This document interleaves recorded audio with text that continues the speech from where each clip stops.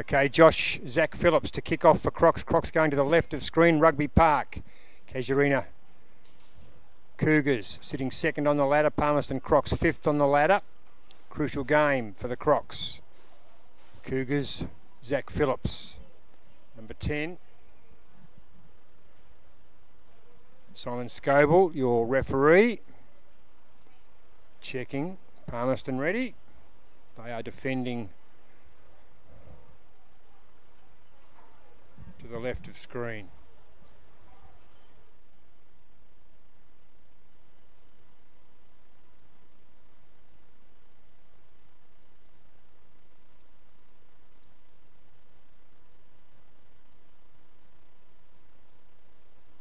So we'll bring it back. Is this a sign of things to come?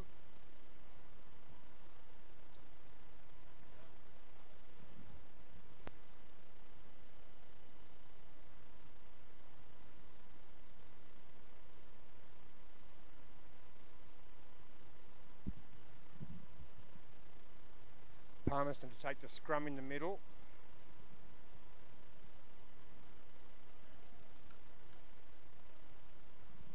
Chris McPherson joining me in commentary with special comments, and Zach Phillips, unusual, kicked off short, didn't even make the 10 metres. Yeah, not Zach's usual go. He's normally finds that 10 pretty easily. He's normally able to put that kick off on a dime. Palmy after the scrum.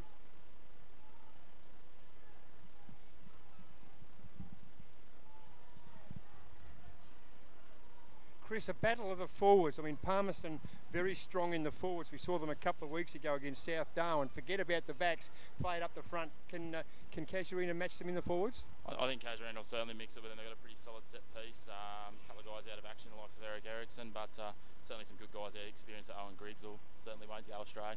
And Eric Erickson played some international rugby a couple of weeks ago, played with the Philippines. Yeah, he certainly did in the Asian Five Nations, the second tier there. They got one win out of their 4 games, I think, did pretty well. And it's good to see a few of the NT boys. And I think Nigel Marr, the Dragons number 10, also played with the Philippines at some stage. Not sure whether he's still active. He played in the Philippines 7 squad a couple of years ago, yeah, so he went away with the 7s on a couple of the Asian legs, I believe. And yeah, again, it's great when we can get that exposure for NT rugby, I think. Without any shadow of a doubt. Chris McPherson providing the expert commentary.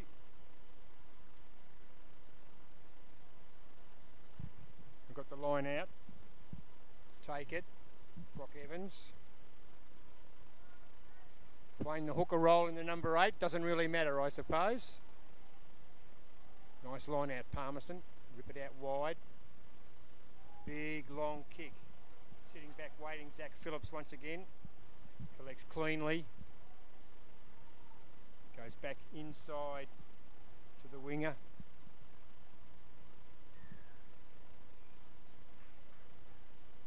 We have the first penalty, I reckon, and penalty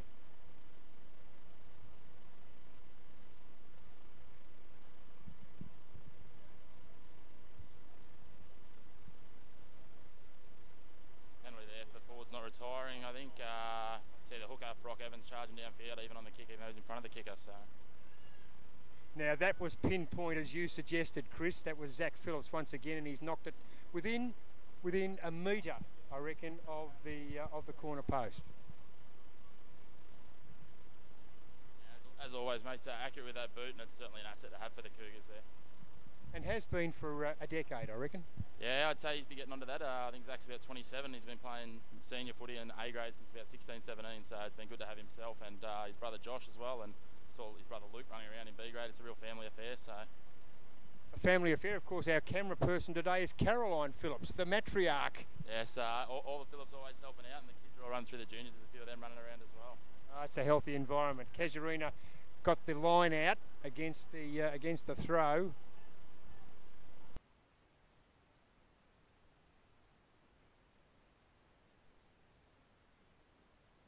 Pushing toward within a couple of minutes.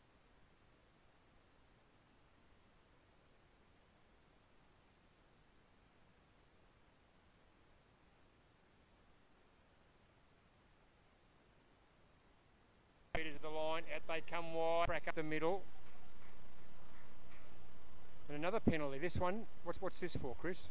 Looks like a high shot there to play the advantage. Brought it back afterwards. Looks like Chris Pasika crashing over. Has he got it down? No, held up. Chris Pasika held up, wearing the number 17, playing in the 8 role. Referee consulting. Held up.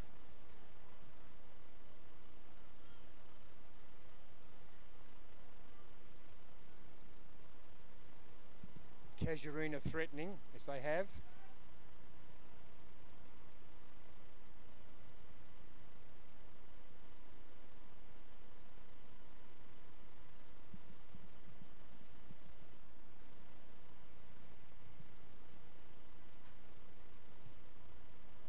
The feed by McMurray. What's the strategy here, Chris? I think there'll be a nice set play out to the right here off back. Going to take the blind side to Micah Sala. He's going to try and take the outside. Oh, done well. He's taking a touch judge as well. Looks like he's gotten it down, I'd say, at first view. Gotten it down and just stayed inside that touchline with some magic feet. We haven't had the call. We haven't had the call. There's the try. The try was scored by? Micah Sala. Micah Sala, the flying winger. Casuarina, 5. Kick to come. And Zach Phillips from out wide. How's he going to go here? Oh, he'd be a brave man to back him out even from out wide. I'd say he's probably about 60 to 65% at least.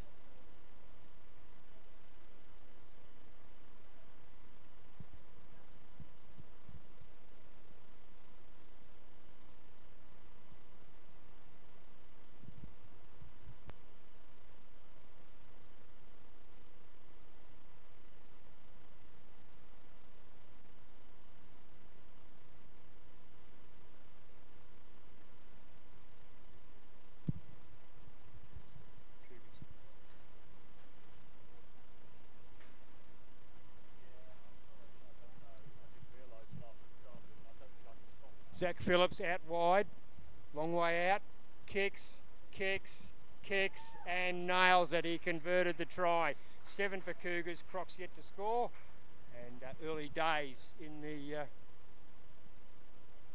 the first half.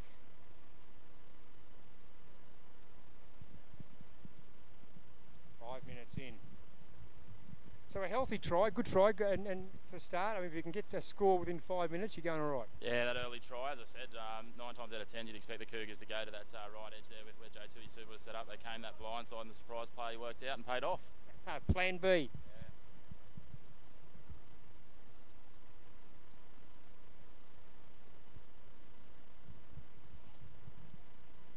Cougars to take the kick, Aubrey Harms. Number 10. This goes outside the 10 yards. Waiting under it. It'll be knocked out. I reckon it's come off a Cougar player.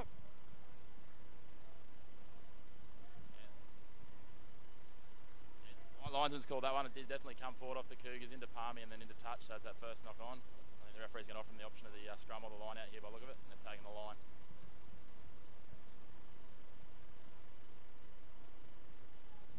Brock Evans.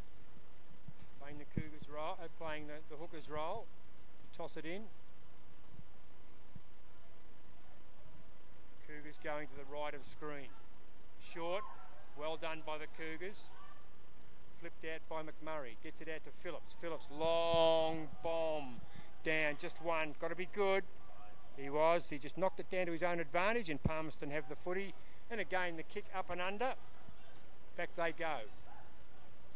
Out to Samala, he scored the try. Gets it out wide. Dwight Shepherd in the number 15 for the Blue and Whites. Phillips flips it out. Owen Griggs gets it wide. Dylan Rutherford. Cougars just seem to be in control, don't they? And it's a knock on there, but I suppose the more ball you have, the more chance you are of knocking it on. Yeah, that's correct. They really seem to be working those strong palmy forwards we talked about before. They're working them around. It looks like they're using a lot of sort of 2 and 3 pass strategy, a lot of offloads there from the big guys, Owen Griggs, Kurt Moosberger, just moving those guys laterally, which is going to try and wear them down, I think. Good tactic. 8 minutes gone. Cougars 7, Palmerston Get to get on the board.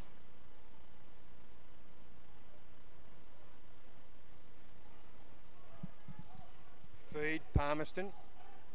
Comes out the back. Goes to the halfback, Tom Taylor. He's the captain.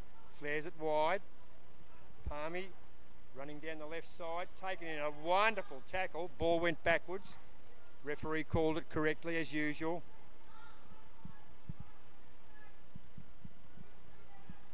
Ball in dispute. Palmy have the ball. All dressed up once again. They just run straight. They won't flare it wide. Palmerston, that's not their way. Here we go once again. Taylor, the skipper. Halfback.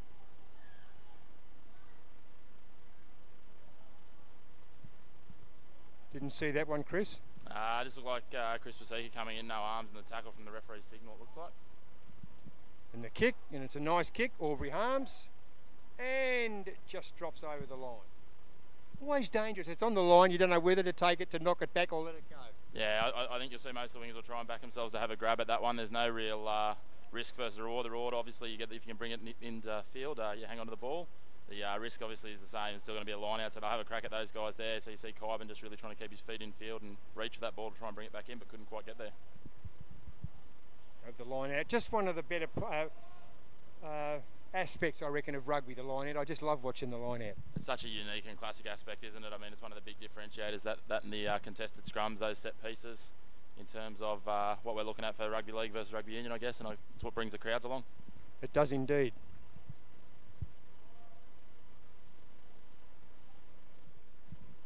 So we had to change the footy. Referee has a kick. He looks like he's a left footer, the ref, Simon Scoble. Back they go. And Palmerston, Brock Evans. Toss the ball back. 7-0. Just ticked into 10 minutes. Comes out to Taylor. Taylor gets it wide. Looking for his number 6 out there, Benji Foliola. Lump of a lad. Taylor once again giving instruction, as he should, the skipper. Oh, nice pick up there, Connor Ryan. The lock forward for Palmerston. Palmerston once again getting toward the Casuarina 22 line. Powerful forwards, Palmerston.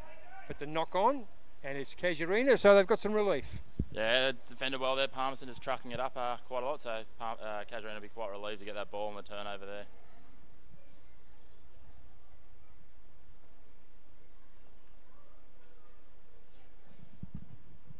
Go for the scrum. Ryan McMurray. How long has he been playing halfback? Ryan's only second season at halfback. Found himself as a fullback and outside back originally. Had a season away. We went down south and played a bit of AFL and then had some shoulder issues. He's played a bit of Premier League as well for St Mary's in the AFL. So fairly versatile sportsman for a guy that's fairly slight. Look, he is slight, isn't he? But certainly I watched him play a little bit for St Mary's. Played out in the wing, and here he goes, halfback. Gets it out to Tui Suva. Tui Suva sells the dummy. Gets rid of it. Lovely tackle. And Palmerston starting to get some rhythm, I reckon, the Crocs. Yeah, it looks like they're starting to get some rhythm, settle into their game plan rather than Cougars, who obviously for that first sort of 7 or 8 minutes dictating the play. The last couple of minutes they've settled. They've got a bit of territory and seems to be putting the pressure on Cougars.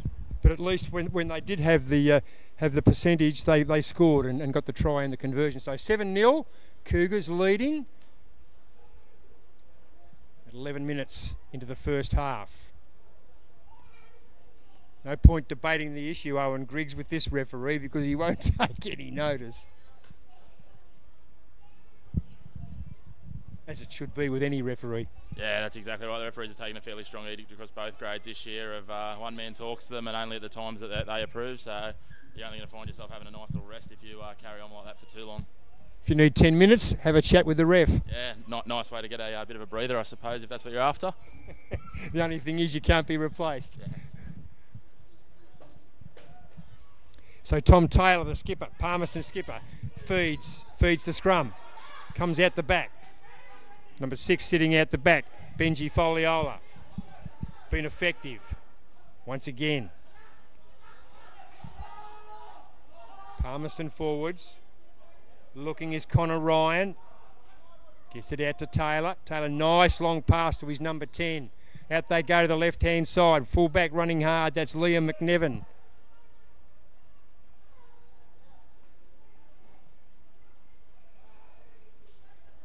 Palmerston on the attack. Watched Palmerston a couple of weeks ago, Chris, I must say, and they had 15 on 13. South Darwin had a couple of players in the bin with the yellow card. Perhaps they needed the rest, but Palmerston persisted with the forwards rather than flare it wide. But at least we saw some semblance of wide flaring from Palmerston. Perhaps they've learned. Yeah, it looks like they're trying to utilise that back line. It's long been a bit of a comment for NTAU that Palmerston played in the forwards and their wingers don't get too much action. So good to see them sort of utilising that back line and sort of bringing some rugby that the crowd might be here to watch. And so they should, because it was glaring a couple of weeks ago, as I said, against South Darwin. 2 men up and still persisted up front. Once again, Palmerston, the relieving scrum. Ryan McMurray to take it, to feed the scrum. 7-0, Cougars leading. 14 minutes into the first half. McMurray gets it out beautifully. Out to Tui Suva. Tui Suva goes wide. Big kick. Out to the grandstand wing. And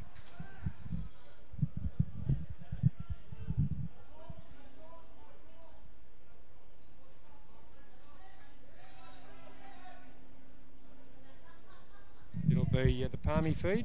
Yeah, Palmy throwing a little bit of debate there. I think Palmy were trying to claim that the ball had been taken back into the 22 and kicked out in the full, which would have resulted obviously with the line out being down inside the 22. Referees consulted with the touch judge though, and they're happy with it down here. Palmy ball.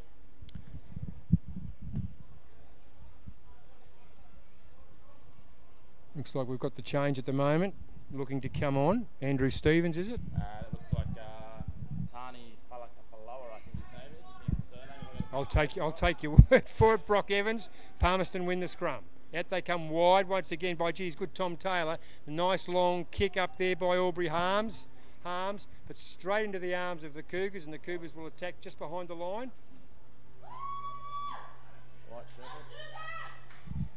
Looks like we're home and hose, doesn't it? He put the ball down.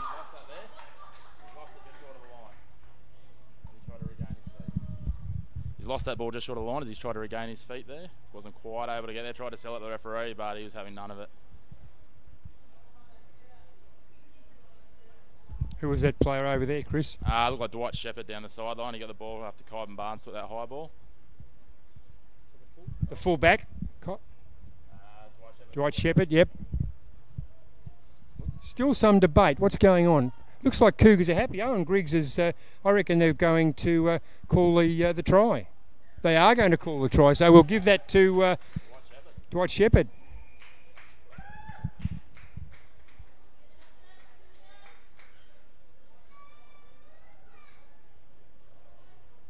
$12-0, kick to come. Yeah, Palmerston didn't make the most of their time down in that other end there. Cougars straight away capitalised on a bit of broken play, and Dwight Shepherd down the sideline did well to be smart enough as he got tackled, release the ball, get back to his feet, pick it up and go again and score. He's a bit of a speedster, is he? How would you like to chase him? The hamstrings would be twanging. Yeah, I probably would have given up after about 10 on Shep. I've tried to chase him in a couple of games of touch at training, and yeah, it's not going to happen with a second rower on a fullback. There you go, and the day's not easy. It continues difficult for Zach Phillips. He's kicked from the left, and now he's kicking from the right. Couldn't be closer to the line. What's the money on? I think this is probably his less favoured side, but I still, it'd be a toss of a coin here, and I'll back him in after that last one from this sideline. So the right footer at the right-hand side. You're quite right. If you prefer, I'm sure, to draw it back in with the left, but he's kicked him from there before. The attack's on. Distance. Not bad, and he's got it. You've done very, very well, Chris McPherson. You don't mind him, do you? It's a terrific conversion, and that takes him to 14-0, and we're 17 minutes into the first half. You just can't get more precise than that. Yeah, he's absolutely on today, and Zach, once he's on, he's on. You'll see him some days, and he might shank those first couple. He generally hands the tee on pretty quickly if that's the point, but absolutely on the money. Both sidelines today can't get any more difficult for him, and he's nailed them both without question. Look, I've seen him, as we were talking a little bit earlier, for almost a decade. Who would he hand the tee to? On a day like today, it would depend on who's out there. Ryan can have a little bit of a kick. Ryan Murray obviously coming from the AFL background. And quite often, I know last week Shane Crealey took over the kicking duties for a little bit when he came on off the bench. So Well, he's not there at the moment. And once again, Palmerston landed a bit short of the 10 was it 10 yards or 10 metres? What do you call it? 10 metres, yeah. It's all metric now. 10 metres it is, and we'll have the scrum. Casuarina choose to have the scrum, and it'll be Ryan McMurray to feed the scrum. Dead centre.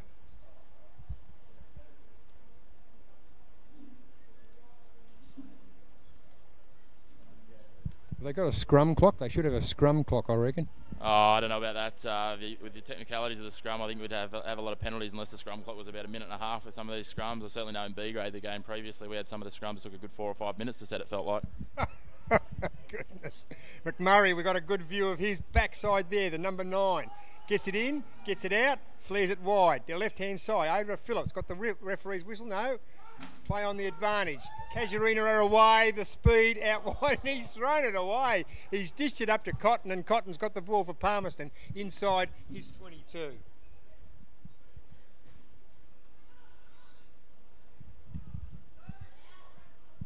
Big kick, where's this going? It hasn't found touch. Phillips, inside. Inside once again. Casuarina on the burst. Samika, he scored the first try, I reckon. Josh Phillips cleverly back, gets it in the McMurray direction. McMurray, one arm, gets it out wide. I won't pronounce his name, that's up to you, Chris McPherson. We'll just call him Tani, we'll go by first names for Tani, I think that's going to be a lot easier. Tani it is, we'll call him Tani. 19 is Tani. Casuarina down the right hand side, it looks like home and hosed here, surely. The hard work done. Once again, out wide seems to be the go. Inside they come this time. Tani again. He's come on and he's been very, very effective.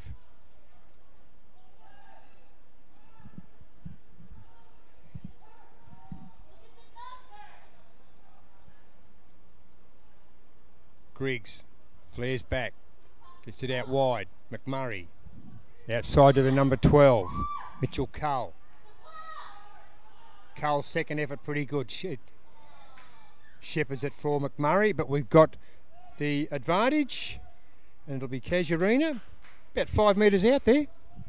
Yeah, right on the 5 metre line again. Palmerston just creeping up on either side of that ruck. You can see their forwards are starting to get a little tired, exactly as we talked about again. Casuarina working them from side to side with their structure, and you can see them starting to tire and just trying to take those little shortcuts to get up and get those tackles. Well, if the forwards are getting tired, why don't they rip it out wide and get the outside backs tied as well? Yeah, well, I think the Crocs outside backs are going to need to probably step up to that next level now and get involved in a bit more of the so-called dirty work. Forwards are certainly tiring, otherwise going to end in a few substitutions very early here, I think. 20 minutes in to the first half. McMurray to feed. Closing in on the Palmerston line. 5 metres. Down goes Goldrick, number 6 for Casuarina. Palmerston have to defend and defend grimly here. McMurray feeds. Out it comes. Comes out the back, inside. Rutherford charges at the line. No good, the Palmerston defence holding on. Out wide again to the left. Griggs. Having a good look, the referee. Held up. Not going to the sideline here. He is going to the sideline for an opinion. Try again. Look, well done to him, the big man.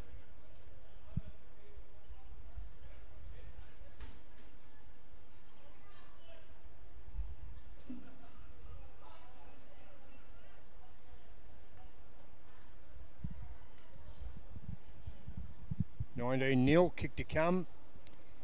22 minutes. It's blowing out, Chris. Yeah, it certainly is. As we said before, Palmerston had that ball for a little bit down here, couldn't really capitalise. Casuarina making the most of every opportunity, and great to see one of the forwards get across there, and much easier opportunity here for Zach to nail the 2 points to add on. This is the one, Zach Phillips. He's had one from hard on the left, one from hard on the right. This one pretty much, he could throw it over from there, I reckon. So it's 19-0, kick to come for the Cougars. Phillips A lazy 3 from 3. Well done to him.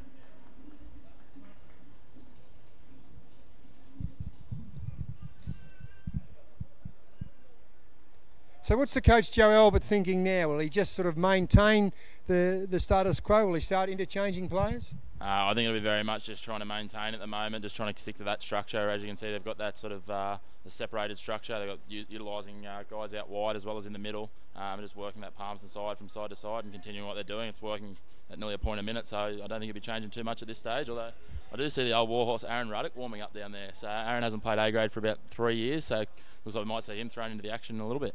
What a player. He's been captain of the club, premiership captain, multiple premiership captain, and he's just been a stalwart of Casuarina Cougars over a long, long period of time. He has. He's played many years, and as you say, skip at the side. I'm pretty sure he's also led the territory at times and played in a number of territory sides that have toured away. So he's a real sort of almost icon of NT rugby. No doubt. I reckon number 5. I reckon he played, you know, at the in the scrum at number 5, number 4 or number 5. Yeah, it'd always be number 4. Aaron's very particular about that. I was in the second row with him in B grade today, and I was told in no uncertain terms that number 4 was his, and I'd be wearing number 5. So he's a bit sensitive about that one. Number 4 it is. My memory serves me. I thought might have been 4 or 5, but there we go. Anyway, Palmerston, one little foray. Once again, their best player, Tom Taylor, the skipper, number 9, the halfback. But he just needs more support. He's playing a lone hand. He is doing a lot on his own. As I said, their forwards are very tired from getting worked around in defence, and it seems like himself and the 10 doing most of the work. He's having sort of a little bit of support there from that 10, but not much else really seeming to be shown at this stage. So we've got the advantage. Coming back, Palmerston will take the scrum. Chris McPherson, Casuarina Cougars second rower, having a bit of a rest, supporting in the commentary with the expert commentary. Got the interchange. Just have a look at how Palmerston go here. What would you want to do? You just want to flare it out wide? I mean, Casuarina are manning up one-on-one out wide, but if you can get the overlap, you're home. Yeah, I certainly think they'll look to probably go to their centres here. They've got a big inside centre, Ainsley Wateri. He's pretty handy. I think he's a former league player from down in Queensland. Looks pretty dangerous with the ball in hand, so I think they need to utilise him. Their centres haven't been too bad, but they haven't seen much ball yet. It helps if you've got some ball, doesn't it? Well done, Ryan McMurray. He's dispossessed Taylor, but Palmerston come up with the ball after they mucked up the scrum. Palmerston have it to their advantage. Taylor once again. What's he going to do? He's actually gang tackled. He's got no hope of getting out of there. Still got the footy. They still persist in going up front. Won't flare it out wide. Palmerston once again.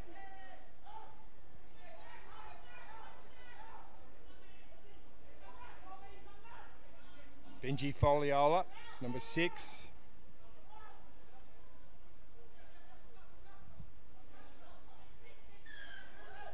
Brock Evans.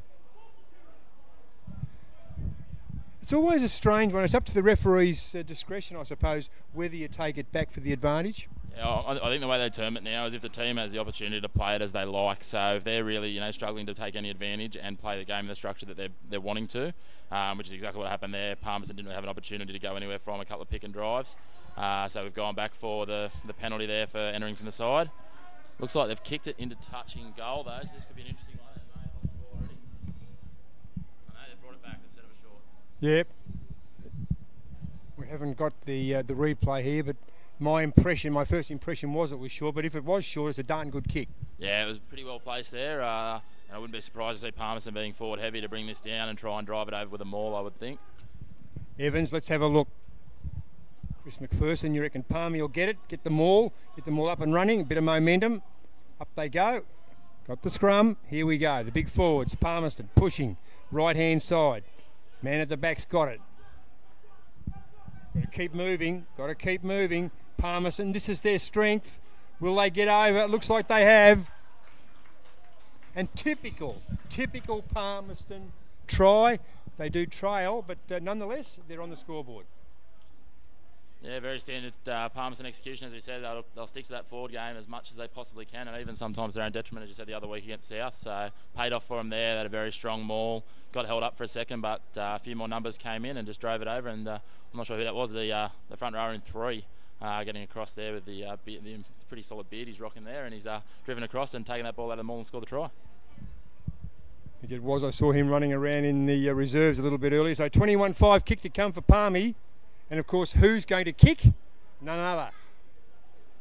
Tom Taylor, the skipper. He does everything. There's not much he hasn't done. I think he's probably made more tackles, taken more hit-ups, and yeah, now throwing the tee. He does pretty much everything. He's a fairly handy player, and you see him shift around in the side too, depending on the week. He can play most positions in that back line. I've even seen him last year running around in the Bs on the flank as well, so he doesn't mind getting his hands dirty.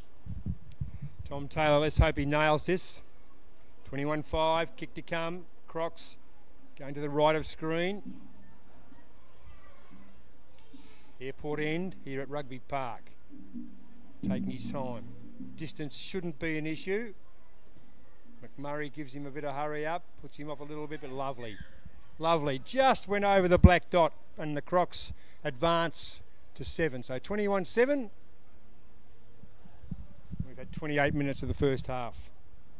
So typical. I mean, we keep going on about it, but I suppose Chris McPherson, it was just a typical Palmerston forward.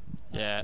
Score. Yeah, definitely. They'll play it through the forwards, and I mean, most years over the recent years, you'll see the leading try scorers at Palmerston tend to wear the jumpers 6, 7, and 8. Those loose forwards, they just get on the edge of those rucks after the big tight 5 have done their work. So it's really interesting to see those contrasting styles today. Cougars with a couple of forwards out wider, it looks like, and using that ball edge to edge versus Palmerston, who'll just keep on grinding. They'll pick and drive all day if they need to. Phillips this time taking no chances of the short kick. Whacks it down 20 metres into Croc territory. Palmerston have the footy once again. Pick and drive, pick and drive.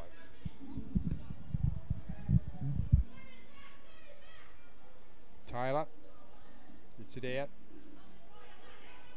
They just seem to be at 6s and 7s out wide, so it's probably no wonder that they take it up the middle. Yeah, I've noticed there too. The outside centre's actually decided to come in for some work. I think he's getting a little bit bored out wide, so he's decided to come and join the forwards, and he had a little pick and drive there.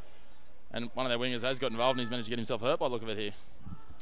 Yeah, which is not the way it should be, of course, but there you go. You've got to be patient in this game.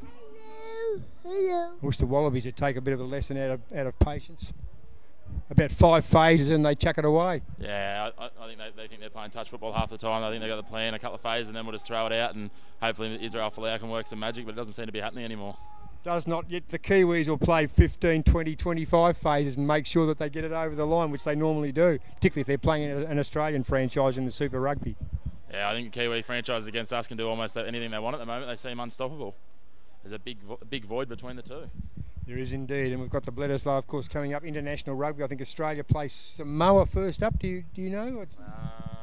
I think we've got Fiji, Scotland, Italy. I think is the two of this year. So then we obviously come up against the Tri Nations. International rugby starts tonight. I think the Barbarians, Kiwi Barbarians, are playing the British and Irish Lions as we speak. Should be nice, the British and Irish Lions. Let's see how they go against the All Blacks. I'm sure it'll be like everyone else. Yeah, you got your work cut out for you, especially over there in New Zealand, going to places like Eden Park. It's a daunting measure. Run into a brick wall, don't you? There's some concern here over one of the Palmerston players. The referee's taken it upon himself to check him out as we stop for a bit of a drinks break, and we had the knock on from Casuarina, Palmerston to have the feed. The scrum pretty much on the halfway line. Palmerston going to the right of screen. Airport end here at Rugby Park. 21-7. 21 minutes.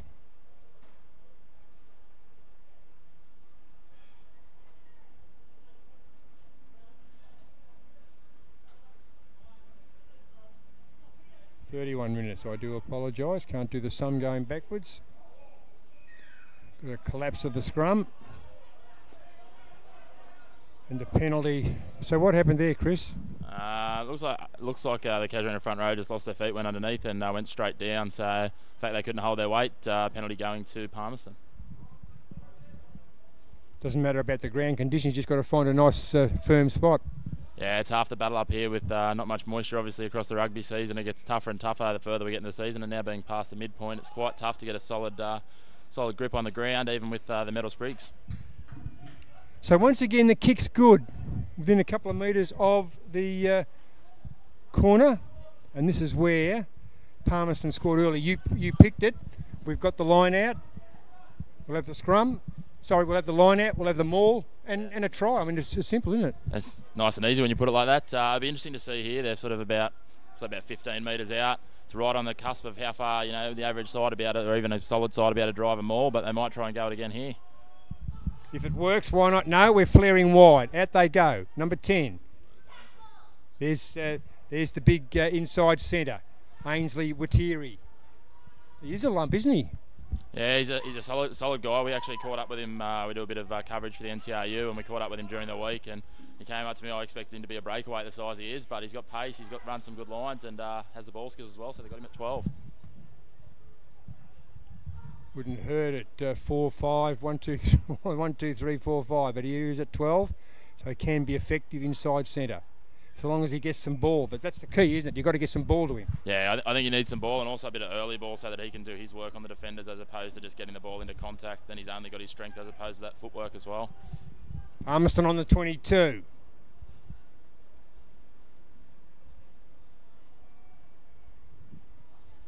Harms. Kicking beautifully. That's no exception. Crucial, within 5 metres, I reckon. Yeah, he's been very pinpoint with those kicks for touch. He's finding exactly where he wants to, finding maximum metres and just getting them into touch. So nailed it right in the 5 there, and I'd be very surprised not to see them have another crack at this rolling maul and try and bring it back to 21-12 with a kick. 6 minutes till half time.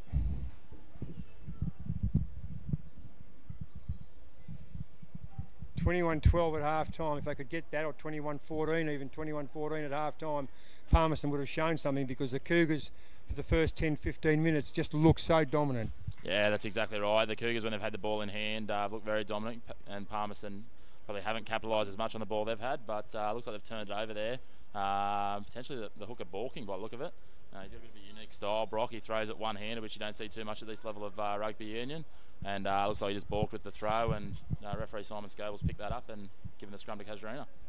Well, they have, and it's a bit of a shame as we talk. Well, from my perspective anyway, as non-partisan, Chris McPherson. But the scrum to Casuarina, to be fed by Ryan McMurray. Do the tactics change? Will McMurray take it? Doesn't matter whether it's defensive scrum or whether it's in the midfield. Probably doesn't matter. But he's too easily knocked over. What's happened here?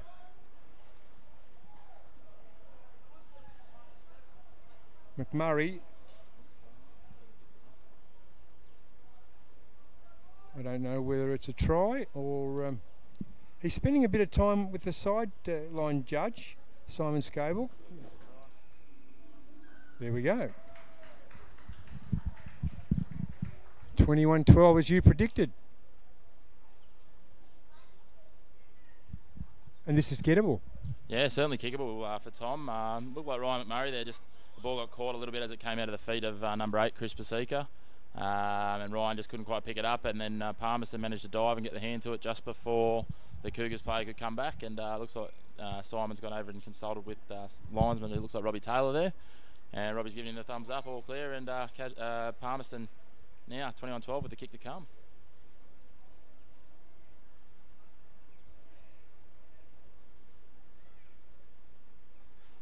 Had a bit of a goal kicking clinic today, really. They've both been pretty sharp with their kicks, and even the kicks for touch have been pretty red hot as well. So based on the form so far from all the kickers, I'd have to back him in here, I think. You think Palmerston have got a couple of options with Aubrey Harms, number 10, and Tom Taylor, number 9. Harms has been pinpoint, as you suggested, Chris McPherson, with his field kicking, and that was no exception to get the line out there. But it'll be Tom Taylor, the skipper, Palmerston. Crocs can make it 21-14, closing in on half time. Taylor sizing it up. Left of centre, the right footer. Makes it a little bit easier. Just swing it around. Bit of pressure, not much pressure. And pushed it across the face.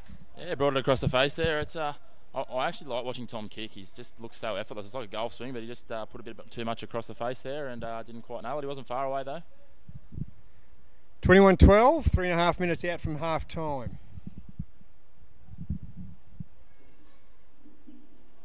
What will be the strategy here from Casuarina? Just defensively, or will they just stay on the attack? I think they'll continue on the attack. They're very attack-minded, so go here, try and regain the kick. It looks like it's... There we go. There's that pinpoint one. Oh, it's probably 30 centimetres short of that yardage there that he needed. So the referee will not... Palmerston's taken it. Here we go.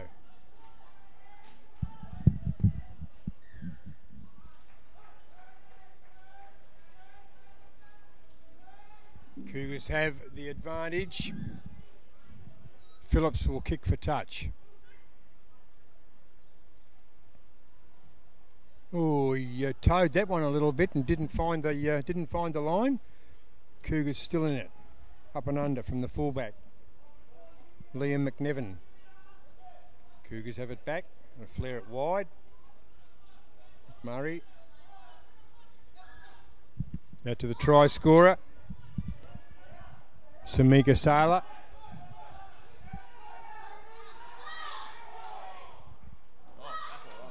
Benji Foliola. Palmerston showing something. It's taken them a while to get into stride, but they're matching Casuarina now.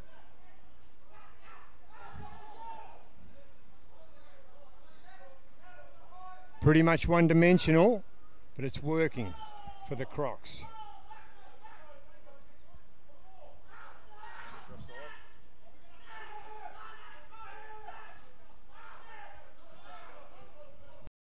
Ref's arm out, as you suggested, Chris, advantage offside.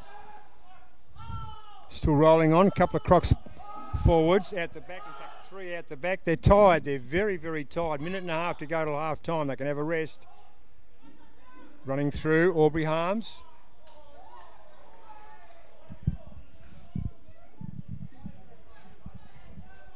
So a minute and a half, bit under a minute and a half, can they score?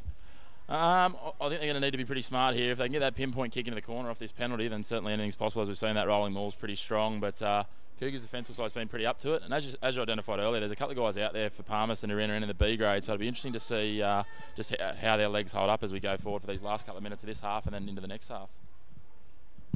21-12, closing in, less than a minute on the clock.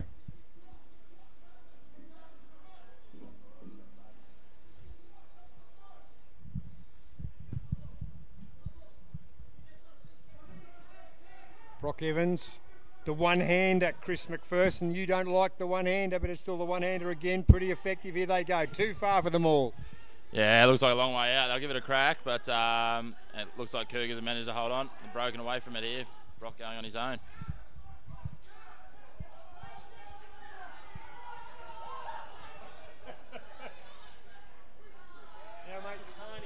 Quite sure what he was doing. Looked like he was just rolling around on the ground, decided he saw the ball there and he liked the look of it, so he'd grab it. He can't not do it. It's almost like a magnet, isn't it? Yeah, it's just too tempting sometimes. One last throw of the dice, isn't it? Just counted down to 40 minutes now. So I reckon this will be the last play. And the line out, Brock Evans. Palmerston, the rolling maul. Yeah, it's the odds-on favourite here. I would have thought they've been strong. They've made meters every time they've done it. Cougars will have their work cut out, and I mean, a try here could have them within 2.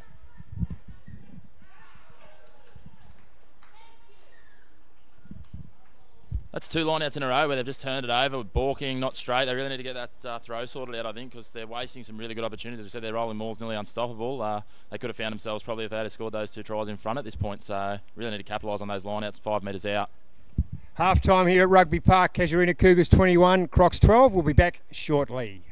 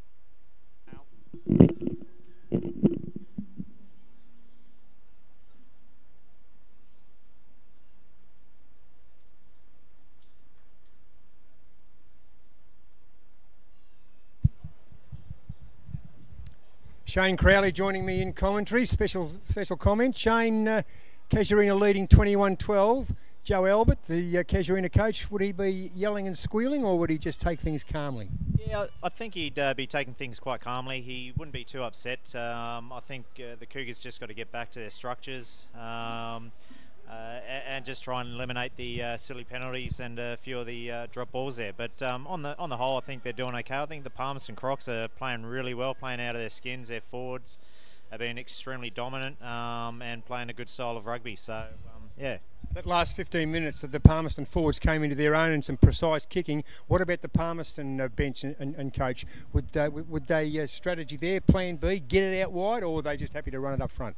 No, I think they're going to keep it in tight. I think the Cougars backline is quite a bit of a star backline, so I think they'll be trying to keep it in play, keep it in tight, and kick for the territory. So I think that'll be their game plan for the second half. Aubrey Harms to get play underway. Cougars going to the left of screen, the McMillan's Road end if you're in Darwin, Airport end right of screen for Palmerston Crocs. Harms gets it going. Cougars have it, defending.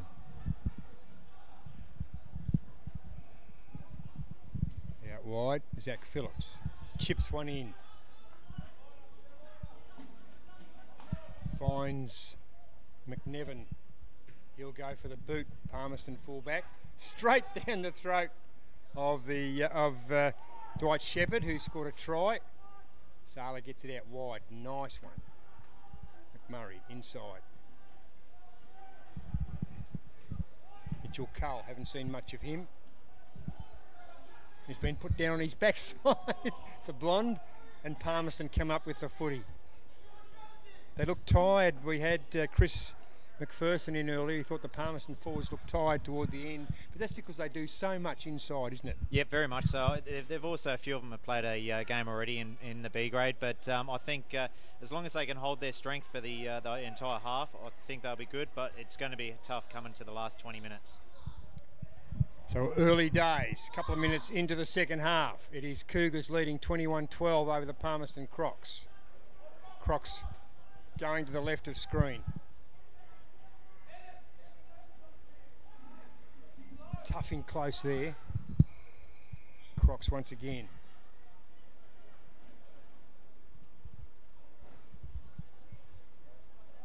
Brad Hogan, number 7, goes to ground. They're not worried, they just pick and go, don't they? Yeah, they're going to play that real style, keeping in tight and play to their strength in the forwards. And as I say that, they're going to go nice and wide. Yeah, but it's unusual. You can't pick that one, Shane Crowley. Crocs once again. But they've just got to be precise with the passing. It's a no-nonsense form of rugby. Owen Griggs scored a try early. Yeah, the big boy gets a try. He doesn't mind getting a meat pie every now and then. And, yeah, I think he deserved that. Had a good half so far. Tui Suva, nice kick. Just the option for Zach Phillips. Shane Burley, Palmerston, gets the ball back. Shepherd. Got a bit of toe. Now I put it to Chris McPherson. I put it to Chris McPherson. If you were chasing Dwight Shepherd, you'd do a hammy? I would hope that he would do the hammy first. He's a bit injury prone, but I think I'd be the first one to do it with my age over his. He's quick, isn't he? So just mucked it up a little bit there, didn't he? Yeah. That was Ryan McMurray, was it? Tried to kick it ahead, but just couldn't quite get there. The ball was just too far in front of him, but very close.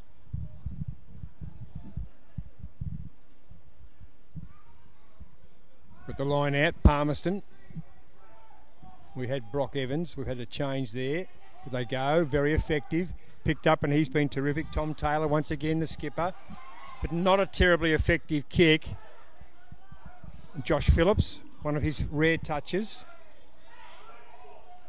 But he was safe. Ball comes out.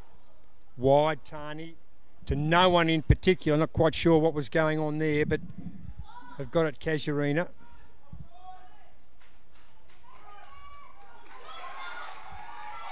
Tuisuva, almost Tui vintage, Joe Tuisuva. It was counting back the years there. That one was a nice run.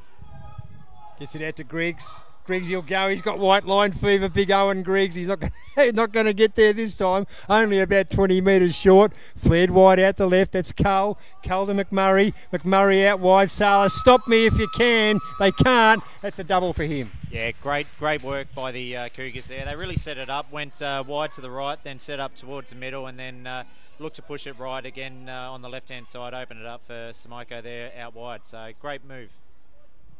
26-12, kick to come. This will test Zach Phillips. He's had one from the right, one from the left, and one from the middle. Let's see if he can make it 4 out of 4. Yeah, hard to back him out. He's definitely been kicking well this year. He's up around 92%, so he's definitely kicking well and loves them out wide. It's a bit more fun for him, I think. But at least out to the left, it almost curls it around nicely for the right footer, doesn't it? It does, and does suit his kicking style as well. So Zach Phillips, he's had one from here, 3 from 3, 26-12 Cougars. 35 minutes remaining in this game. Kick to come.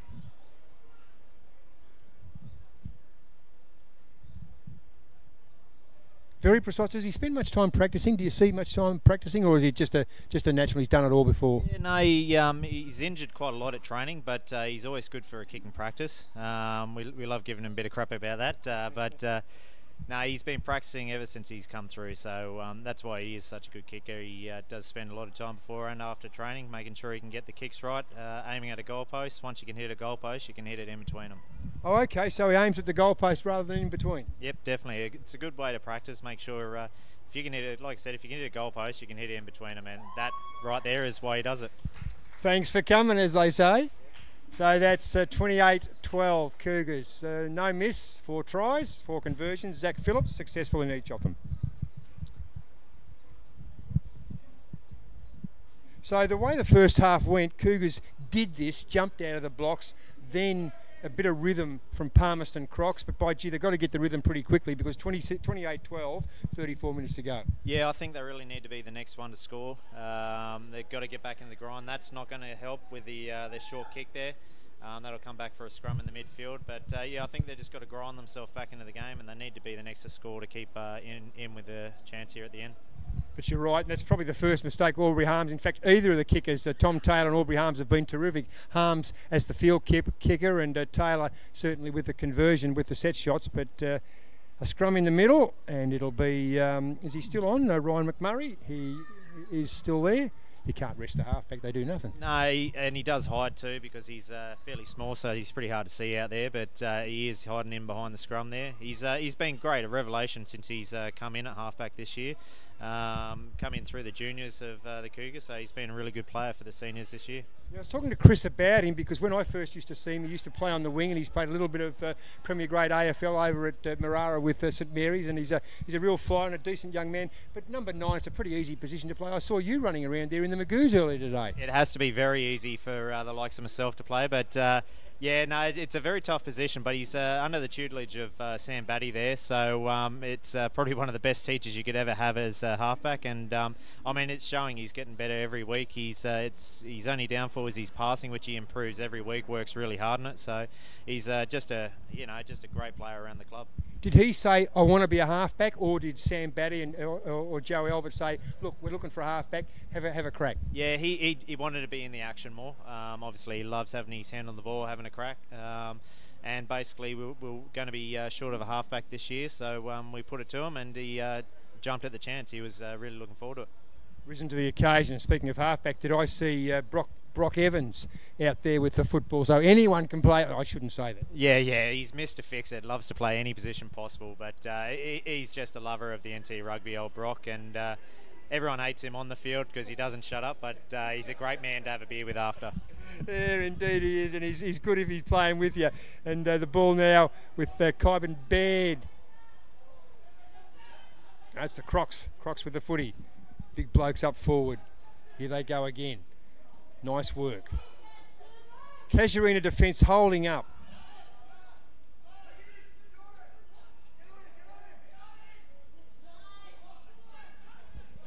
Owen Griggs is playing the game of a lifetime. Yeah, he's definitely been really good defensively. He's getting the Cougars back on side, or though this one they've put a high shot on there, but he's really working them hard and getting in around those rucks and making a menace of himself. So the high shot, it'll be the kick, and we expect Aubrey Harms, the number 10. He'll kick, and he'll kick precisely. He kicks, and I tell you what, that is not bad. That is every bit of 50 metres and within, what, 10 metres of the corner. It just sets them up for this play here. The forwards love seeing that nice 40-metre kick downfield.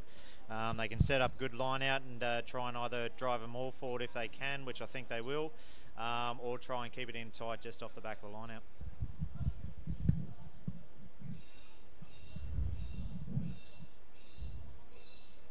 Brock Evans. No, it's not Brock Evans. They need to get this to Crocs. They need to score here. Keep in touch. Up they go. Nice. Just tapped it out. Cougars defence working overtime. They've been very good. Against probably superior size too, I would say. So the defensive technique of the Cougars has held them to pretty good stead. Yeah, they've been working very hard on it, trying to get the tackle player down low, let people have a chance at getting the man over the ball, especially against these big boys in the Palmerston side with a couple of leaguey players. Out wide, Palmerston now coming into the middle. So once again, the defensive technique of the Casuarina Cougars, first class, holds them up. And they've earned themselves a penalty. Well done. Yeah, very good. Obviously, the Palmerston player there offside in the ruck coming in from the wrong side. I think he got a bit lost there for a second, so deserved penalty, and hopefully they can get a long kick here because I think they were really under pressure there for a bit. Look, easy to do, just lose yourself a little bit, but nonetheless, it's got a bit to do with the defensive aspects, I reckon, of the Cougars. Yeah, definitely. Obviously, if you can get the tackle on the other side of the advantage line and get the team behind their own advantage line, it definitely makes it a lot easier coming forward over those rucks. 28-12 in favour of the Cougars, 29 minutes to go in the second half. Sitting second on the ladder, Cougars. Palmerston 5th. Undefeated on top, South Darwin, second Cougars. Pirates 3rd. Darwin Dragons 4th. Pretty even competition apart from South Darwin, who were undefeated. Yeah, definitely. I still think, obviously, the Cougars come up against them a couple of weeks ago and only had a try against them in the last couple of minutes. So I think the competition is getting close. University, once they get their star players back, will be right up there with them. So I think definitely the top three. And Dragons are really become menacing, so they could be anywhere. On their day, Dragons, but anyway, it's not Dragons, it's the Cougars. And there's Dwight Shepherd once again. Solid full-back, a lot of pace, scored a try. That's beautifully. Out they fly. Carl, chip and chase. Got to go. Palmerston, clean up. Wasn't watching there, I must admit. I was watching doing some ball watching, Shane. Yeah, playing advantage for an offside, I believe. So they'll come back for the penalty to the Cougars, and I guess they'll look for the line. I was talking to Chris McPherson. What's the option if Shane, if Zach Phillips doesn't kick? Who's next cab off the rank? There's a few options out there. Probably Ryan McMurray to be your next one off the bat. Shep doesn't mind having a nudge every now and then as well. So there's a couple of boys that don't mind backing themselves for a kick. So pretty precise, within 10 metres. No, within 5. Within 5 of the corner. So let's see the same tactic of have the line out and the maul. Yeah, exactly. I think I don't think the Cougars will, or they'll probably, being this close, they'll probably try and maul it up. Obviously, they've got one of their 150 gamers there, and Aaron Ruddock coming onto the field, back into the A grade after a 16-month layoff. So it'll be interesting to see how he goes with the lungs out there. Aaron Ruddock, he's been a champion, as we were talking to Chris McPherson about him before half-time. He's a premiership player, a premiership captain, and a Cougars legend. 150 games for Cougars, and that's just out of this world. You must be up around about that, Mark. Yeah, just above him there at 162. We've been playing a lot of years together, about 17 years together, and yeah, I mean, he's got the same love for the Cougars that I do, but love of NT rugby as well. He's always been around NT rugby helping out. Loose ball there over the line. And we'll have the Cougars once again. 28-12, 26 minutes to go. Got to get a bit of a hurry up. It's at the wrong end of the park for the Crocs at this stage, trailing 12-28. I think they'll find it really hard if they let a try in. I think they're really trying to man up in the defence here in the backs. I'd say they'll expect them to hit in close here with Joe Tuisuva in at 12, probably coming in on the angle, so they'll probably look to try and shore up that defence around the 10-12 channel. Within 5 metres, McMurray to feed the scrum. At the back, picked up by the number 8, runs and runs beautifully. He's got over. It's just a matter of getting it down. We can't see Simon Scoble. Can he see? He's going to go to the liney again. No, held up. Definitely held up, he said. So we'll trust his judgment. Yep, definitely. Yeah, I think Chris just got a bit high there. Probably could have gone low, almost could have got through, but good run from the back of the scrum. Who was that? Do you know who that was? Oh, Chris Nurse, was it? Or Chris Paseka? So once again, Paseka at the back of the scrum. They'll use the same tactic? I think I think they'll probably look to try and go to Zach Phillips here, and they'll probably hit Joe coming in on the angle. Yeah, Chris doesn't mind taking it from 8, but I think they'll try and get it out on this one. McMurray feeds. Out they come. He does. He gets it out. This time it's Tuisuva coming in, and Tuisuva, they were waiting for him, and he got smashed. Poor old Joe. Vintage Tuisuva, and he got picked up, but you picked it well. Well done, Shane. Yeah, I thought they might try and come hard on that, and like I said, Palmy would have been expecting. I think the better call would have been probably go behind to the fullback coming round, but they have to set it up and give it a try. But Palmy here, well defended, need to get it out now and try and play down the other side of the park. They read the set play almost. Joe Tuisuva, he's up and he's as tough as goat's knees, isn't he? He's about as hard as you can get. We get him down at training and trying to clean him out. I've not seen one person ever clean him out off a tackling bag, so he's just so strong around the hips. There he is. We just see him and in all his glory. Number 13 for the Casuarina Cougars. We can just see him in the middle of the screen, hands on hips, just waiting for something to happen. But it's Palmerston with the feed. Palmerston have the clearance. Brock Evans fed. Palmerston forwards. Got to get it up the other end. They trail 12-28, 23.5 minutes left in this game. It's been entertaining, and certainly the Cougars are leading, but they haven't been all that dominant. I think just in the forwards, Palmerston have held their own. Yeah, like I said, I think the Palmerston have played really well today. I think it's a vastly different side to previous weeks. I think they've been very forward dominant, and it has certainly shown on the park. I think Cougars just lacking a bit of ill discipline in certain areas, drop balls and penalties are just letting them down a little bit. So we'll have Aubrey Harms to bring the ball out, give them some breathing space. Looking for touch. Out wide, Kyban Baird. Doesn't matter, found touch.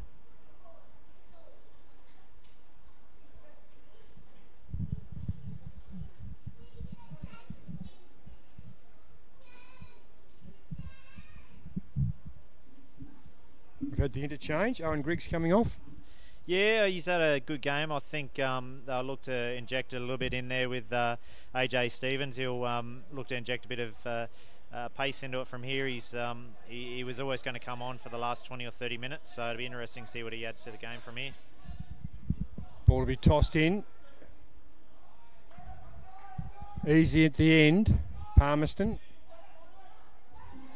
Here we go.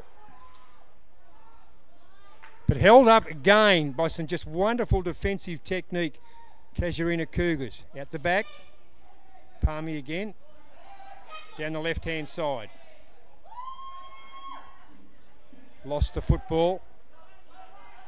Turnover. Thought he was a bit hard done by there. I thought the first knock on would have called it there, but it looks like he's going to go for consecutive penalties there, and Tane is going to be spending 10 minutes in the bin. Doesn't muck around, does he, the referee? No, I thought it was a bit tough. But it looked as though there was the knock on the first one. Perhaps he didn't see it. I don't know. But anyway, we can't dwell on that. And once again, the kick and the precise kick, it's terrific. And Palmerston advanced by about 45 metres. That was a fair whack. He's definitely a good kicker. He's up there competing with Zach. So I think Zach will love having a bit of competition for his kicking. He loves being the #1 kicker. But yeah, he's definitely been kicking some good ball, and their forwards will be loving him right now.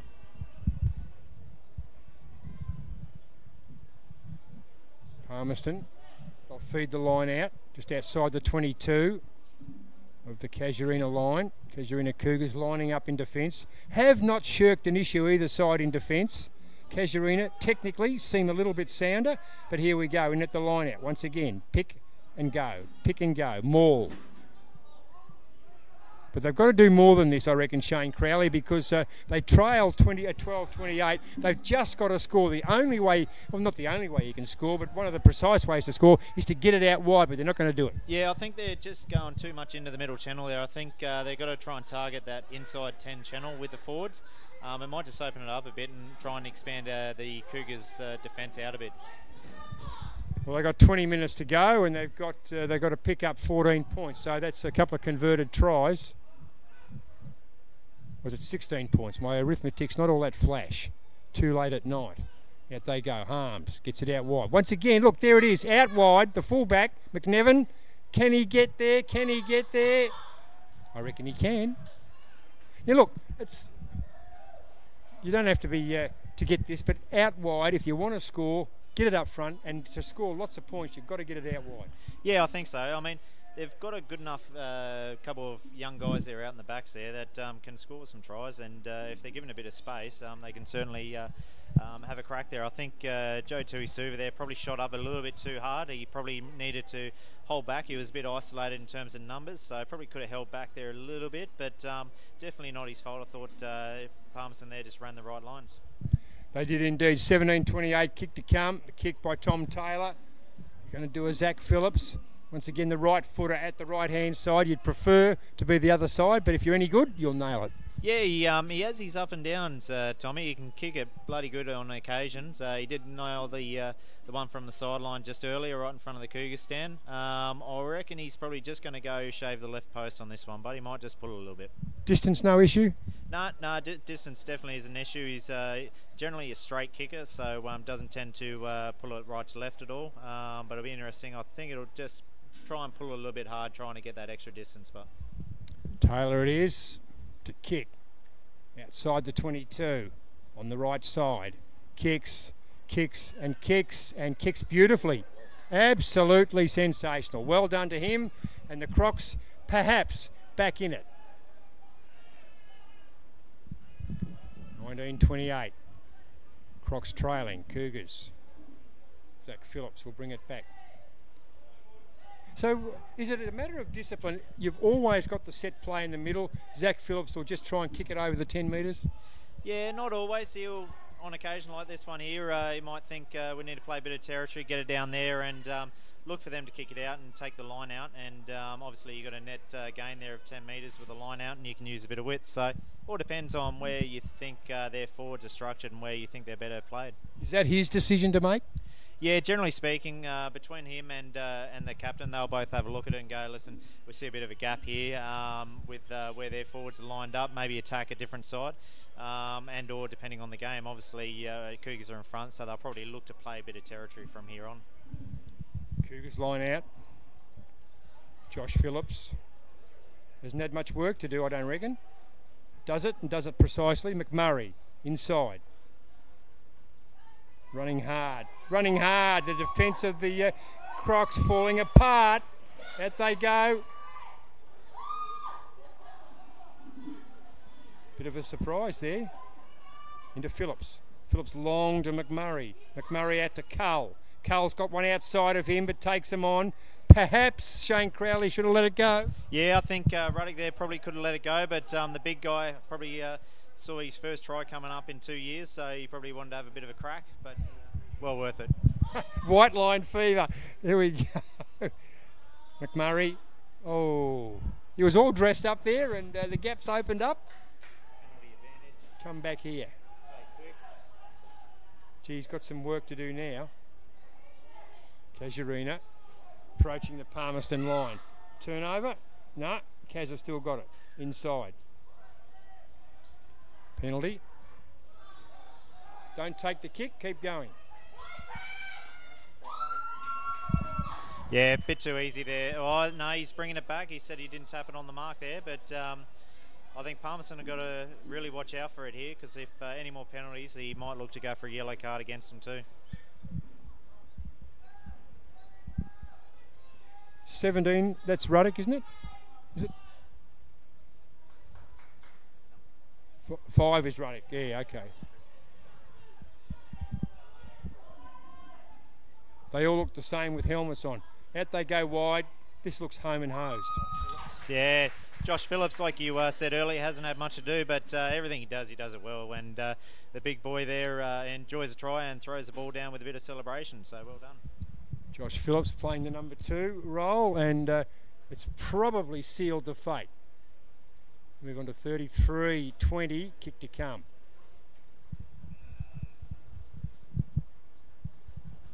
"15 minutes left. If you were a betting man, Shane Crowley, you'd have your shekel on the Cougars. Yep, certainly would, especially if this kick goes over. I'd be almost calling it home and hose hard for the Crocs to get 2 tries, especially with Cougars getting another player back. It'd be hard for Palmerston to get 2 tries within 10 minutes playing that tight style of play. 10 minutes up. We had a player sent off, didn't you? So, there.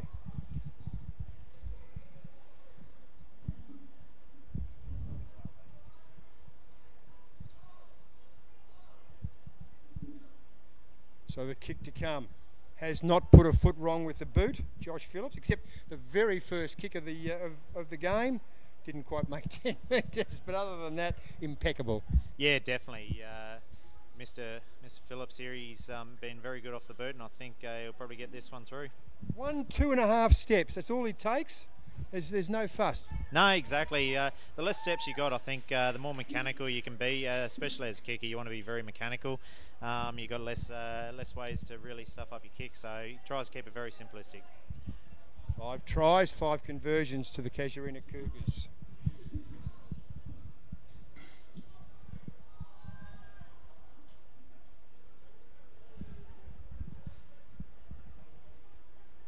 Arms to get the ball back in for the Cougars.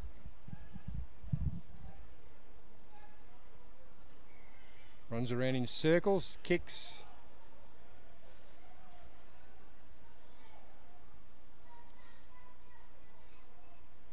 Bullocking Cougars out wide down the right-hand side. Working hard, but the turnover, the look away.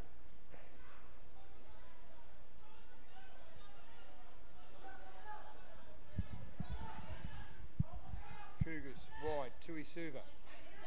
Out they go. Good tackle, good in defence. Too little, too late, perhaps, for Palmerston. All right, we've got the penalty. Yeah, he tried to pass the ball while he was on the ground after tackle was completed, so obviously can't do that. So penalty to Palmerston. I reckon they'll go the line here and look to set up a driving maul. Oh, surprise, surprise. as we see Aubrey Harms get it. He's just got to be precise, as he has been all night. Let's have a look. And perhaps not as far upfield as what it should have been. No, the forwards definitely would have liked him around the 5 to 7 metre mark there. That's going to be a bit too far to hit the driving maul. I reckon they'll keep it in tight, but just a bit too far to get that driving maul all the way through. So we've got to look outside, because the last try they scored, they got it outside. So let's see if they can do it again. Line out, Palmerston. We've won it. Here we go. They try them all. Once again, Benji Foliola, number 6, Palmerston. Out wide. They won't go wide.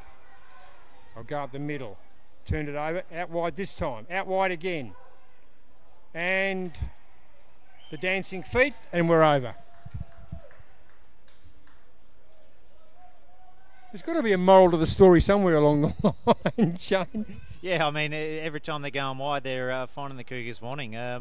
The Cougars' defence just not rolling out enough. They've been caught with 1 or 2 against 5 people, so it's just not good enough from the Cougars. The backline defence has to step it up, and I think a few of their guys in tight, they've got to work harder to get out wide because they're just going to leave it too hard for the likes of Joe Tuisuva and Salah to try and mark up on all those guys. 3 on 2, you lose, don't you? Very much so, especially in A grade. It's as simple as a catch pass, and you beat them every time. So. Well, 11 minutes to go. Tommy Taylor, been good. This one he should get again. He got the last one from wider out, similar distance, 25-35. If he nails this, there's a couple of tries.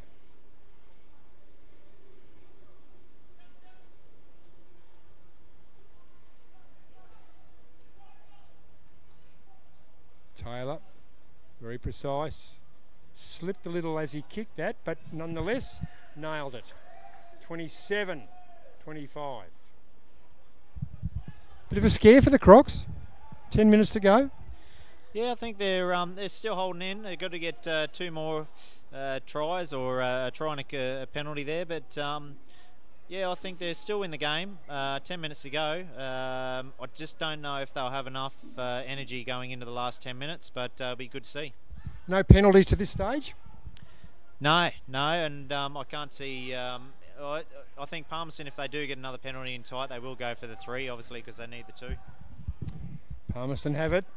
Back they go. Harms. Big kick. Distance. Oh, there's the knock on. That was the mistake they're looking for. And the referee, I think he was trying to con the referee. It didn't quite work.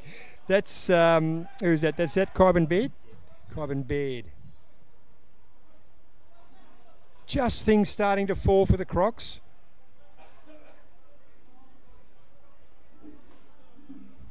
Trailed by 8, but it's a horrible number because it's a converted try plus some, isn't it? Yep. As you suggested, yeah. Yeah, I think Corbin just got into the wrong position there. Those torpedo bombs are really hard to take. You really need to get in front of them and try and get side on with them. But yeah, tough one to take, especially in this light.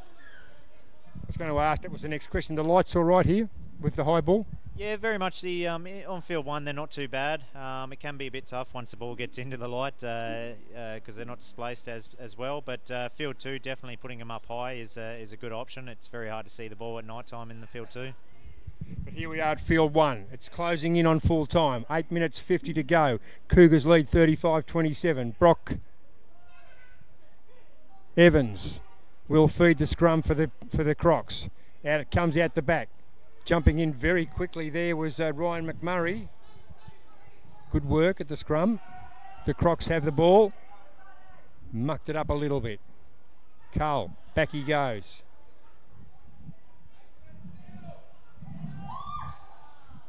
Lost the footy, forward.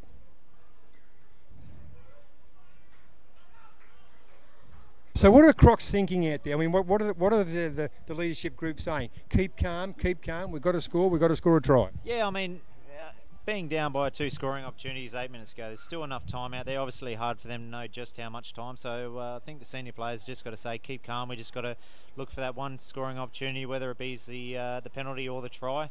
They just got to work hard, keep to their structure, try and play it downfield. Their strength is obviously the line out if they can play it downfield, and hope that the Cougars can make a mistake.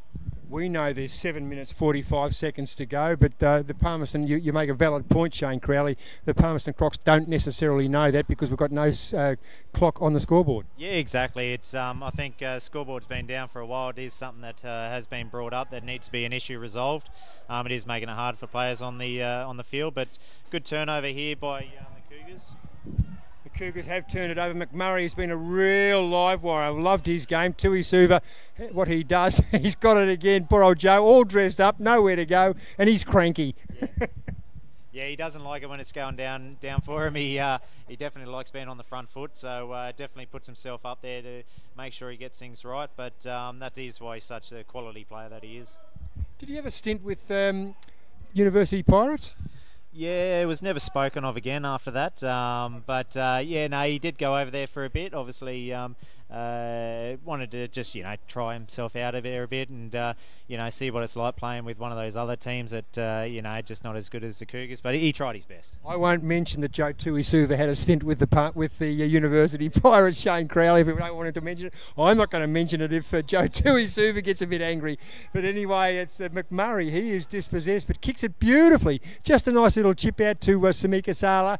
He gets the footy, runs one way, then the other, and he's over. No doubt whatsoever. He'll run around and put it under the black dot without any shadow of a doubt. You cannot beat sheer, unadulterated pace. Yeah, he's done a lot of work in the off-season just to strip down a few kilos and bring that pace back to, the quality that he is, and he is such a great player.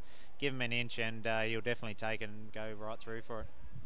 Had a bit of work to do, but it's just sheer pace. Now, it doesn't matter, I reckon, what sport you play, rugby league, AFL, or the world's best game, rugby, if you've got pace, you're halfway home. Yeah, pace wins it. You can't, you can help a little bit with the pace, but you definitely can't teach that explosiveness, and it's definitely something that Samika there's definitely had a lot of over the years with the Cougars. 40-27, kick to come, 5.5 minutes left, and Zach Phillips could turn around and kick this with his heel and get it over, I reckon. Yeah, I know. He doesn't like him in front. We were just joking with his brother to the side here. Probably hit the crossbar, but no, he's got it over safe as houses. Yeah, you've little faith, you people. 42-27. That's the breathing space you were looking for, because if it were the Crocs, game on.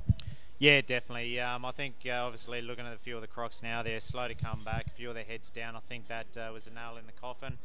But I think they've got to keep going. They've been in the game today and they've played really well. So I think for their own confidence, they've really got to try and get a try just to finish this game up and show that they've been right into the game the whole time. Look, chalk and cheese. I watched them very closely a couple of weeks ago against South Darwin. I know South Darwin are the benchmark, and you might disagree, but South Darwin certainly in the latter position of the benchmark, and the Crocs, really, they were 15-13 at one stage, but they still didn't have plan B, but they've just been a completely different outfit today, and certainly the coaching staff and the management of Palmerston Crocs, they can be well satisfied, even though they haven't come away with the 4 points, they can still be well satisfied with their performance against a quality opposition. Yeah, definitely. I mean, speaking to a few of the hierarchy of Palmy there, they're just struggling with getting the numbers down consistently.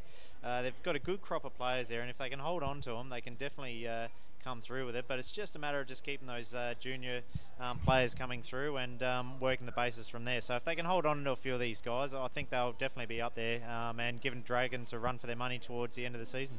A similar situation with the Swamp Dogs. The Swamp Dogs have made the commitment to stay in A grade. At least there is a pathway for their junior players, and the junior players, if they wanted to play A grade rugby in the top end, they had to go to another club. But certainly the Swamp Dogs, it'll take a couple of seasons, but they're on the right track, I reckon. Yeah, definitely, mate. I've said it every time to the Swamp Dogs. I mean, they're probably going back 11 years ago, we had a crop of us Cougars that would play 12 people would play B grade, back up to play 12 players that play A grade. We lost games 112-19 against Dragons and things like that. So it was tough, but we held to the structures knowing we had the junior base coming through, and I think that's where Swamp Dogs are at now.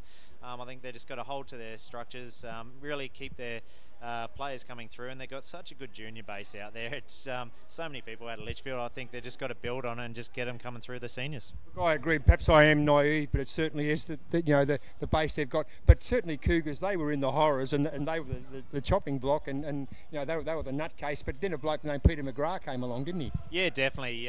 Certainly helped. A bit of man management there. We got a few good players that joined in, and from there we had a domination for probably about 4 or 5 years there, and it certainly has helped us. But once again, I think clubs just got to rely on that junior base, and it's about bringing the grassroots, the juniors through the rugby. I think that's where it's just got to build further for all clubs. Certainly it has been. It's been the basis of the Darwin Dragons for a long, long time. It hasn't, for a long time hasn't sort of translated into A-grade premierships. But if you've got the numbers, you've got the depth, eventually the wheel will turn. Yeah, definitely. I know a lot of the NT rugby, they're putting a lot into the juniors. Working really hard with the schools to get as many of the school kids coming through, and I think it is working. It's a great game, and they're working hard, as you can see with the junior girls. they're really trying to grow that competition as well. Well, the Aussie Sevens girls are reigning Olympic champs. Anyway, the game continues. A couple of minutes to go. Tui Super. Oh, he almost made a meal of that, Joey. I'd hate to see you being a grumpy man there, but a good run to him, up to the middle. Out the back. Tani back on. Flares out wide. Phillips. Out wide again.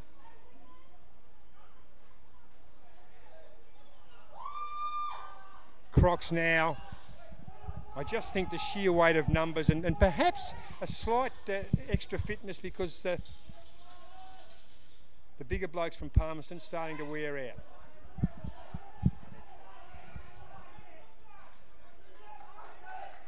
Got to get it out. Tui Suva. No, it was intercepted. Not his fault. And we come back and we've got the he's a grumpy bugger. He's not going to be a nice bloke to have a beer with after the game, I don't reckon. Oh, he's usually pretty good after a game, but like I said, he just holds himself to a higher stead during the game, and he really wants to be the best that he can, and that wasn't his fault there. Obviously, that's what happens when props go to number 10 for you. You don't often get the best passes, but yeah, not too bad. Clearly it wasn't his fault, but it doesn't matter. He still got grumpy. Yeah, he definitely did. Joe Tui Suva. He's been sensational over a long period of time, and I'm not to mention that he did have a stint with University Pirates, and I won't mention that again. Yeah, I didn't think you'd mention it again. Within 5 metres of the Palmerston line. 30 seconds to go. They'll still be keen to score. The Cougars, they lead 42-27.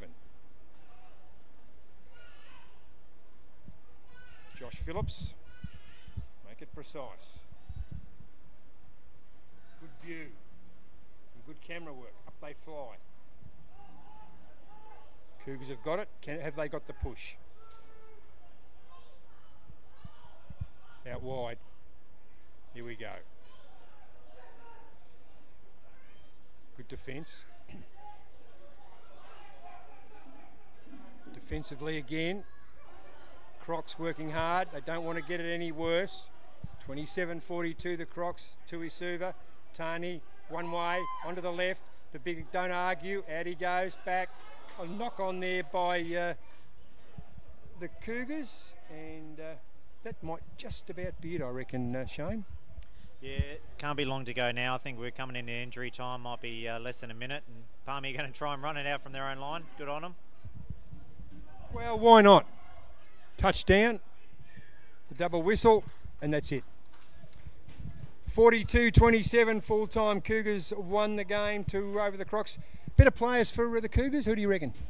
I think the forwards did pretty well. I thought Owen Phillips was quite dominant up there. Joe Tui Suva ran it well. Dwight Shepherd from the back really had a good game returning the ball there. So there's a couple of good guys all across the field. 9 and 10 for Palmerston Crocs. Tommy Taylor, the skipper, and Aubrey Harms, he was very good, and probably the big man in the middle didn't have enough ball. Ainsley Watiri. Yeah, definitely. He is a great player out there, Ainsley, and I thought the fullback for Palmerston as well got over for a couple of pies. He played pretty well there as well.